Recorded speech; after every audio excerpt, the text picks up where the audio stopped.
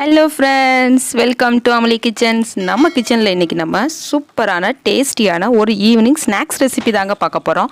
அவங்க பார்க்குறதுக்கு கலர்ஃபுல்லாக, சாப்பிட்றதுக்கு ரொம்ப அருமையான டேஸ்ட்டில் இருக்கக்கூடிய பிரெட் சில்லி எப்படி பண்ணுறது அப்படிங்கிறத பார்க்கலாம்.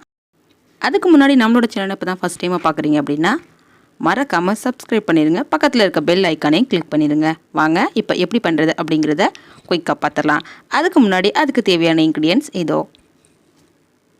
அளவுக்கு பிரெட் எடுத்திருக்கேன். அது கூடவே பார்த்திங்கன்னா சின்னதாக பொடி பொடியாக நறுக்குன வெங்காயம் 200 கிராம் அளவுக்கு எடுத்திருக்கேன். அது கூடவே சின்ன சின்னதாக நறுக்குன தக்காளி ஒரு 3 தக்காளி எடுத்திருக்கேன். அது கூடவே பார்த்திங்கன்னா ஒரு 2 அளவுக்கு கேப்சிகம் எடுத்திருக்கேன். அது கூடவே சோயா சாஸ் ஒரு 2 டேபிள் ஸ்பூன் அளவுக்கு எடுத்திருக்கேன். இஞ்சி பூண்டு பேஸ்ட் பார்த்திங்கன்னா ஒரு 2 டேபிள் ஸ்பூன் அளவுக்கு, காஷ்மீரி ரெட் சில்லி ஒரு 2 டீஸ்பூன் அளவுக்கு எடுத்திருக்கேன். அது கூடவே பார்த்திங்கன்னா கரம் மசாலா ஒரு டேபிள் ஸ்பூன் அளவுக்கு, தாளிப்புக்கு ஒரு அரை ஸ்பூன் அளவுக்கு பார்த்திங்கன்னா கடுகு, ஒரு அரை ஸ்பூன் அளவுக்கு சீரகம், ஒரு 4 பச்சை மிளகாய் எடுத்திருக்கேன். அது கூடவே கொஞ்சம் கொத்தமல்லி அண்ட் கொஞ்சம் கருவேப்பிலை. அவ்வளோதான் இதுக்கு தேவையான பொருள். இப்போ வாங்க எப்படி பண்ணுறது அப்படிங்கிறத பார்க்கலாம். ப்ரெட்டை டோஸ்ட் பண்ணுறதுக்காக ஒரு கடாய் வச்சிடலாம். அதில் கொஞ்சமாக எண்ணெய் போட்டு ப்ரெட்டை 2 சைடும் போட்டு நல்லா வேக வச்சு டோஸ்ட் பண்ணி எடுத்துக்கலாம். இப்போ கொஞ்சமாக எண்ணெய் விட்டாச்சு.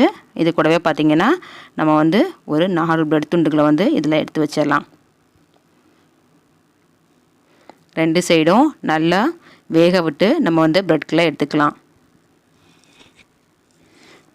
இப்போ ஒரு சைடு நல்லாவே வெந்துருச்சு. இப்போ அடுத்த சைடு பெரட்டி விட்டு நல்லா வேக விடலாம்.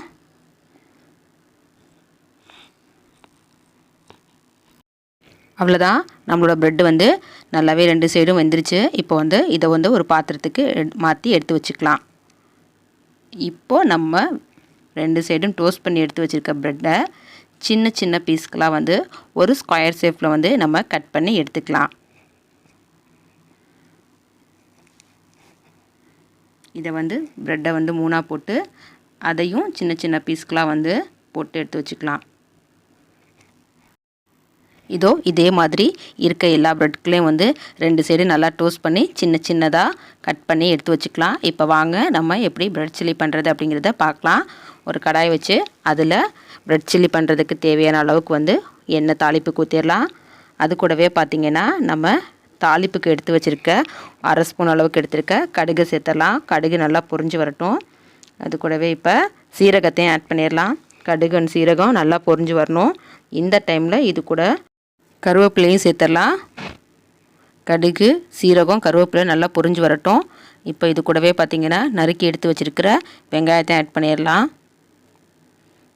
வெங்காயம் நல்லா வதங்கணும். ஓரளவுக்கு வெங்காயம் நல்லா வதங்கட்டும். இப்போது இந்த டிஷ்க்கு தேவையான அளவுக்கு உப்பு சேர்த்துக்கலாம்.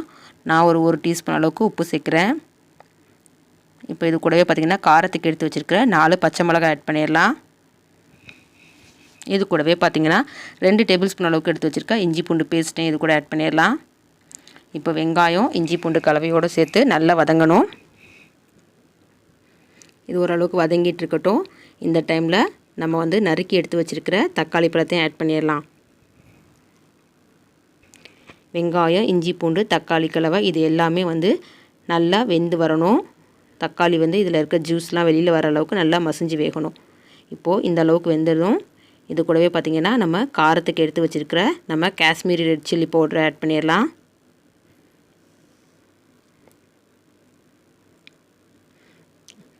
இது கூடவே பார்த்திங்கன்னா நம்ம கரம் மசாலா பொடியும் ஆட் பண்ணிடலாம்.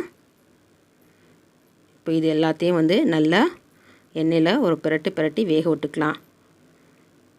அவ்வளோதான். இந்த அளவுக்கு எண்ணெய் திரிஞ்சு வர அளவுக்கு நம்ம நல்லா வேக வச்சு எடுத்துக்கணும்.